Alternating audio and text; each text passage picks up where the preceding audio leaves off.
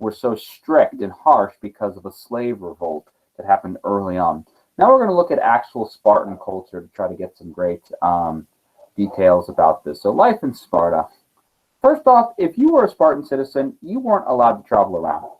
Like, Cypria is not going to go visit her friends in Corinth. Aaron's not going to go visit his pals over in Ephesus. If you were Spartan, you stayed in Sparta unless you had very special permission or were going to war. But also, that meant that outsiders weren't welcome into Sparta either. People weren't coming in. Sparta was pretty separate from other city-states within Greece. So it's one of these things. The Spartans didn't go out and people didn't go in. Sparta was very to themselves.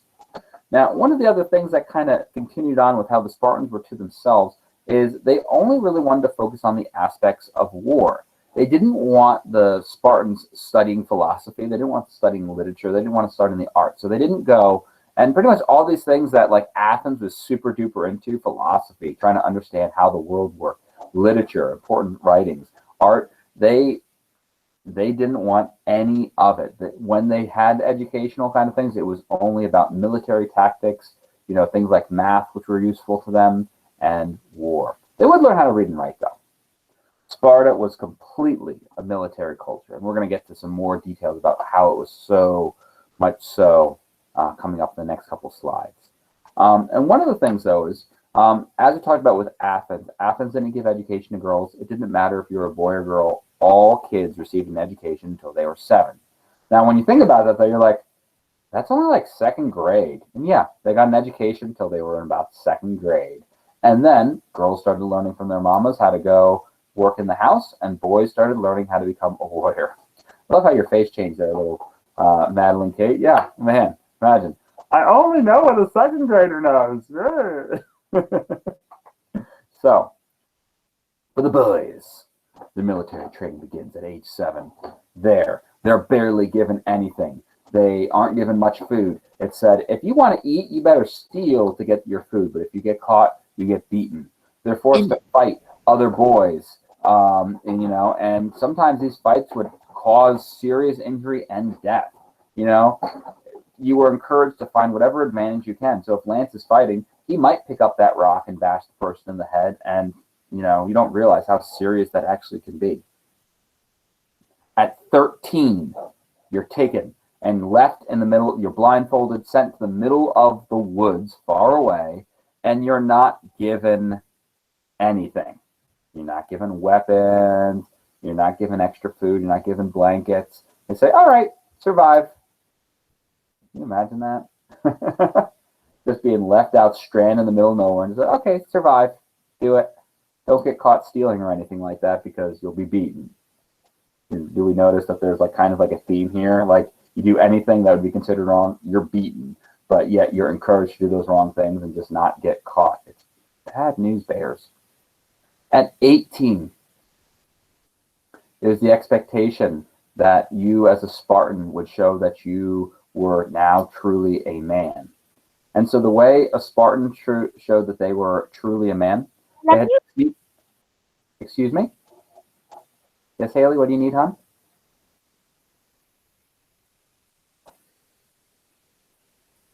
Okay, we'll type in the chat then, sweetie. So for a Spartan to show that they were truly a man, they had to sneak out of the military barracks, once again, without getting caught. They had to find a helot, which a helot was a slave. They had to murder that slave. Had to take evidence that they had committed the murder, so they literally have to kill someone. How terrible is that? And then sneak back into the barracks without getting caught. And then the next day show evidence that they had killed somebody. And that's how every Spartan, quote unquote, became a man. It's wild. At age 20, that's when Spartans typically married the men. And of course, the way it would be when Caleb, that brave Spartan Caleb, found the girl that he truly loved and wanted to marry, he said, I want to marry you. So then they would wrestle. And Caleb had to win the wrestling match against the girl to win. And the girls were trained in wrestling. It's not today, I bet if someone tried to wrestle Madeline Kate, who knows how to, Madeline Kate, she's not the biggest, the strongest in the world. Like, she probably has never wrestled like for real in her life, except for like with her brothers. It would not be good for her. But these Spartans, like these girls, like they were trained wrestlers. They were like big and strong, and often the girls actually beat the boys. And then the boy would have to get stronger to then like ask her to marry her again, and then they'd have to wrestle again. Isn't that kind of silly? But so, it's happy wedding day for the Spartan. Guess what, Spartan?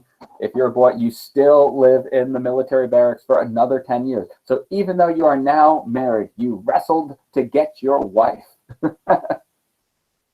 You don't even get to live with her. You are forced to live in the military barracks, and the only way you got to see your family is if you escaped. But of course, you had to sneak out. You could not be caught, or you'd be beaten, punished severely, and then sneak back before anyone knew you were gone. At age 30, congratulations, you finally get to move home and become a full citizen. But here's the thing, which is kind of crazy. Every single meal that you and your family ate was at the military barracks. Every single meal. Still, you ate at the military together as an army. And so here's how it worked too. Every family was required to bring something. So for example, Danielle and her family, they might bring like a can of beans. Madeline, Kate, and her family might bring a can of corn. Austin and his family might bring some pieces of turkey. Aiden and his family might go bring some salt. Alicia and her family might go bring some potatoes. Kaylin and her family goes, don't get caught or you'd be beaten. Kaylin and her family would go bring some chicken. And what would happen is everyone would bring something and it would all get thrown into one big pot. And mixed together and cooked down into like this gross slop. Yeah, so that's what they did. Everybody would have to bring something, then everything would get mixed together. It didn't matter if Mariah brought like pineapples and then Haley brought like chocolate pudding. Like everything would go get mixed together into the pot. And then that's the slop that everybody ate. Now, I don't know about you, but I find eating good food one of the most enjoyable things. I love having a good meal with family and friends and getting to enjoy all of that. And that's something that the Spartans did not believe in. They thought, okay, you need to eat to survive, so we're going to make this as terrible as possible. I forgot to tell my other classes. I'm really bummed out. But the Spartans, like anything that people, like some people enjoy like going shopping, right? That's something people like to do. Well, the Spartans did not like trade or anything like that. So, we make our money as easy to use as possible. We've got paper money. So we've got, see, do I have $1? I do have $1. Wow, this is amazing. I usually don't even have $1. But like we make it so it's easy to carry. Or we use coins, which I don't have any coins near me. But we use those things. You know what the Spartans use for money? Big, heavy iron bars. What? Yeah, because they didn't want people going out and shopping. So they're like, well, if Haley wants to go out and shopping, then she has to carry all of these iron bars with her. So that was their money, to make it so that you couldn't actually even use it. They tried to take things that normal people would like and make it not fun because the only thing they cared about was war. I know, it's crazy, Haley. It's crazy. Here's a statement that was often told to a Spartan before going to war by his mommy. Return with your shield or on it. What do you think that means? Return with your shield or on it. Stop poking yourself, Mariah.